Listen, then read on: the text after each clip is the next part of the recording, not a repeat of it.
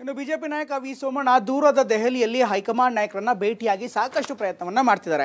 ಈಗಾಗಲೇ ಯಡಿಯೂರಪ್ಪನವರ ಕುಟುಂಬದ ವಿರುದ್ಧ ನೇರವಾಗಿ ವಾಗ್ದಾಳಿಯನ್ನು ಮಾಡ್ತಾ ಅಥವಾ ಯಡಿಯೂರಪ್ಪನವರ ಕುಟುಂಬದ ವಿರುದ್ಧ ನೇರವಾಗಿ ಅಸಮಾಧಾನವನ್ನು ಹೊರಹಾಕಿದ್ದ ವಿ ಸೋಮಣ್ಣ ಅವರನ್ನು ಸಮಾಧಾನ ಪಡಿಸುವಂಥ ಕೆಲಸ ಕೂಡ ಆಗ್ತಾ ಇದೆ.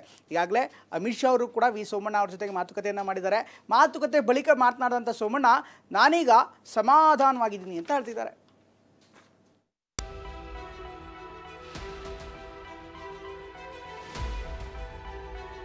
ಯಾರು ಸೋಲು ಕಾರಣರಾಗಿದ್ದಾರೆ ಅವೆಲ್ಲವೂ ಗೊತ್ತಿದೆ. ಅದನ್ನು ಸರಿಪಡಿಸೋದು ಅವ್ರ ಕರ್ತವ್ಯ. ಬೆಳಿಬೇಕು ಅನ್ನೋ ಆಸೆ ಇದ್ರೆ ಅದು ಆಗೋದಕ್ಕೆ ಅವಕಾಶ ಕೊಟ್ಟರೆ ನಾನು ಸಿಡಿದೇಳೋದು ನಿಮ್ಗೆ ಗೊತ್ತೇ ಇದೆ. ವಿಧಾನಸಭಾ ಸೋಲಿನ ಬಳಿಕ ವಿ ಸೋಮಣ್ಣ ರಾಜ್ಯ ಬಿಜೆಪಿ ನಾಯಕರ ವಿರುದ್ಧ ಸಿಡಿದೆದ್ದು ಅಸಮಾಧಾನ ಹೊರಹಾಕಿದರು. ಇದರ ಬೆನ್ನಲ್ಲೇ ಇಂದು ದೆಹಲಿಯಲ್ಲಿ ಬಿಜೆಪಿ ರಾಷ್ಟ್ರೀಯ ಅಧ್ಯಕ್ಷ ಜೆಪಿ ನಡ್ಡಾ ಹಾಗೂ ಕೇಂದ್ರ ಸಚಿವ ಅಮಿತ್ ಶಾ ಅವರನ್ನ ಭೇಟಿಯಾಗಿದ್ದಾರೆ. 4 ದಿನಗಳ ಹಿಂದೆ ದೆಹಲಿಗೆ ಬಂದಿದ್ದ ಸೋಮಣ್ಣ ಅಮಿತ್ ಶಾ ಭೇಟಿಗೆ ಕಾದು ಕುಳಿತಿದ್ರು.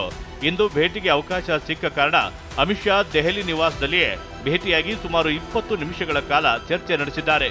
ವಿಧಾನಸಭಾ ಚುನಾವಣೆಯಲ್ಲಿ 2 ಕ್ಷೇತ್ರಗಳಲ್ಲಿ ಸೋಲಲು ಕಾರಣವಾದ ಪಕ್ಷದ ನಾಯಕರ ವಿರುದ್ಧ ಸೋಮಣ್ಣ ಸ್ಫೋಟಗೊಂಡಿದ್ದಾರೆ.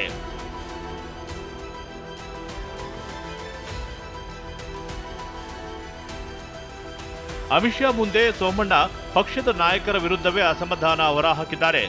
ವರುಣ, ಚಾಮರಾಜನಗರ ಕ್ಷೇತ್ರಗಳಲ್ಲಿ ನಾನು ಸೋಲುವಂತೆ ಬೆಂಬಲಿಗರಿಗೆ ಪರೋಕ್ಷ ಸಂದೇಶ ರವಾನಿಸಿದ್ರು. ಹೀಗಾಗಿಯೇ ನಾನು ಸೋತಿದ್ದೇನೆ. ನಿಮ್ಮ ಒತ್ತಡಕ್ಕೆ ಮಣಿದು ನಾನು ಗೆಲ್ಲುವ ಕ್ಷೇತ್ರ ಬಿಟ್ಟು 2 ಕ್ಷೇತ್ರಗಳಲ್ಲಿ ಸ್ಪರ್ಧಿಸಿ ಸೋತಿದ್ದೇನೆ. ಮತ್ತೆ ಚುನಾವಣೆ ಎದುರಿಸುವುದು ನನ್ನಿಂದ ಕಷ್ಟವಾಗಬಹುದು. ರಾಜ್ಯಸಭೆಗೆ ನನ್ನನ್ನು ಆಯ್ಕೆ ಮಾಡಿ ಅಂತ ಕೇಳಿದ್ದಾರೆ ಎನ್ನಲಾಗಿದೆ. ಲೋಕಸಭೆ ಚುನಾವಣೆಯಲ್ಲಿ ನೀವು ಜವಾಬ್ದಾರಿ ವಹಿಸಿದ ಕ್ಷೇತ್ರಗಳಲ್ಲಿ ಕೆಲಸ ಮಾಡಿ ಬಿಜೆಪಿ ಅಭ್ಯರ್ಥಿಗಳನ್ನ ಗೆಲ್ಲಿಸಿಕೊಂಡು ಬರುವೆ.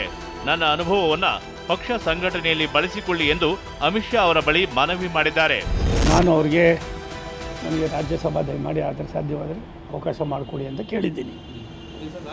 ರಾಜ್ಯಸಭಾ ಅವಕಾಶ ಮಾಡಿಕೊಡಿ, ನನಗೆ ಎಲ್ಲಾದರೂ 3 ಕಾನ್ಸ್ಟಿಟ್ಯೂನ್ಸಿಗಳು ಕೊಡಿ, ಎಲ್ಲಿ ಗೆಲ್ಲಕ್ಕಾಗೋದಿಲ್ಲ ಅಂತಿರೋ ಅಲ್ಲಿ. ಅದನ್ನು ಯಾವ ರೀತಿ ನಿಮಗೆ ರಿಸಲ್ಟ್ ತರಬೇಕೋ ತರ್ತಕ್ಕಂಥ ಪ್ರಯತ್ನ ಮಾಡ್ತೀನಿ.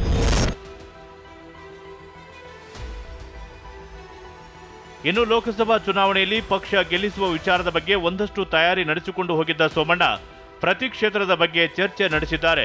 ರಾಜ್ಯಾಧ್ಯಕ್ಷರ ನೇಮಕದ ಬಳಿಕ ಪಕ್ಷದ ನಾಯಕರಲ್ಲಿ ಅಸಮಾಧಾನ ಹೆಚ್ಚಾಗಿದೆ. ಅಸಮಾಧಾನ ಶಮನ ಮಾಡಿ ಸಾಮೂಹಿಕ ನಾಯಕತ್ವದಲ್ಲಿ ಚುನಾವಣೆ ಎದುರಿಸಿದ್ರೆ ಹೆಚ್ಚು ಸ್ಥಾನಗಳನ್ನು ಗೆಲ್ಲಬಹುದು ಅಂತ ಅಮಿತ್ ಶಾಗೆ ಹೇಳಿದ್ದಾರೆ. ನನಗೆ 3 ಲೋಕಸಭಾ ಕ್ಷೇತ್ರಗಳ ಜವಾಬ್ದಾರಿ ನೀಡಿ ಗೆಲ್ಲಿಸಿಕೊಂಡು ಬರುತ್ತೇನೆ ಎಂದು ಮನವಿ ಮಾಡಿದ್ದಾರೆ. ಈಸಿಯಾಗಿ ಗೆಲ್ತಾ ಇದ್ರಿ, ನಮ್ಮ ಮಾತನ್ನು ಕೇಳಿ ಇವತ್ತಲ್ಲಿ ಹೋಗಿ ನಿಮಗೆ ಸ್ವಲ್ಪ ಇದಾಗಿದೆ, ಅದಕ್ಕೆ ಬೇಜಾರು ಮಾಡ್ಕೋಬಾರ್ದು. ಇವೆಲ್ಲ ಜೀವನದಲ್ಲಿ ಬರ್ತಕ್ಕಂಥದ್ದೇ. ನಾವು ನಿಮ್ಮ ಜೊತೆಯಲ್ಲಿದ್ದೀವಿ. ಲೋಕಸಭೆ ಚುನಾವಣೆ ಯಾವ ರೀತಿ ಫೇಸ್ ಮಾಡಬೇಕು ಅದನ್ನು ನಿಮಗೇನೇನು ಕೆಲಸ ಹಚ್ಚಬೇಕು ಅವೆಲ್ಲ ಹಚ್ತೀವಿ. ಮಾಡಿರಿ, ಕೆಲಸ ಮಾಡಿರಿ. ದೇಶಕ್ಕೆ ನರೇಂದ್ರ ಮೋದಿಯವರ ಅವಶ್ಯಕತೆ ಇದೆ. ದೇಶ ಇವತ್ತು ಅಭಿವೃದ್ಧಿ ಆಗ್ತಾಯಿದೆ. ನಿಮ್ಮ ವೈಯಕ್ತಿಕವಾಗಿ ಕೆಲವು ತೊಂದರೆಗಳನ್ನು ಮರೆತು ನೀವು ಮುಖ್ಯವಾಹಿನಿಗೆ ಬರಬೇಕು ಅನ್ನೋ ಮಾತನ್ನು ಸೂಚನೆಯನ್ನು ಕೊಟ್ಟಿದ್ದಾರೆ. ಇನ್ನು ಲೋಕಸಭಾ ಚುನಾವಣೆಯಲ್ಲಿ ಸ್ಪರ್ಧೆ ಮಾಡುವ ಬಗ್ಗೆ ನಿರ್ಧಾರ ತಿಳಿಸಿದ ಸೋಮಣ್ಣ ಆ ಬಗ್ಗೆ ಅಮಿತ್ ಶಾ ಅವರ ಜೊತೆ ಮಾತನಾಡಿಲ್ಲ ಎಂದಿದ್ದಾರೆ.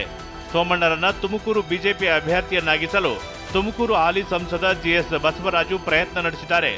ಕಾಂಗ್ರೆಸ್ನಿಂದ ಮುದ್ದಹನುಮೇಗೌಡ ಅಭ್ಯರ್ಥಿಯಾಗುತ್ತಿದ್ದಾರೆ ಎಂಬ ವಿಚಾರಕ್ಕೆ ಸೋಮಣ್ಣ ಬಿಜೆಪಿ ಅಭ್ಯರ್ಥಿಯಾಗಿ ಸ್ಪರ್ಧಿಸಲು ಹಿಂದೇಟು ಹಾಕುತ್ತಿದ್ದಾರೆ ಎನ್ನಲಾಗುತ್ತಿದೆ. ಹೀಗಾಗಿಯೇ ರಾಜ್ಯಸಭೆಗೆ ಕಳುಹಿಸಿ ಅಂತ ವರಿಷ್ಠರ ಬಳಿ ಸೋಮಣ್ಣ ಪಟ್ಟು ಹಿಡಿದಿದ್ದಾರೆ.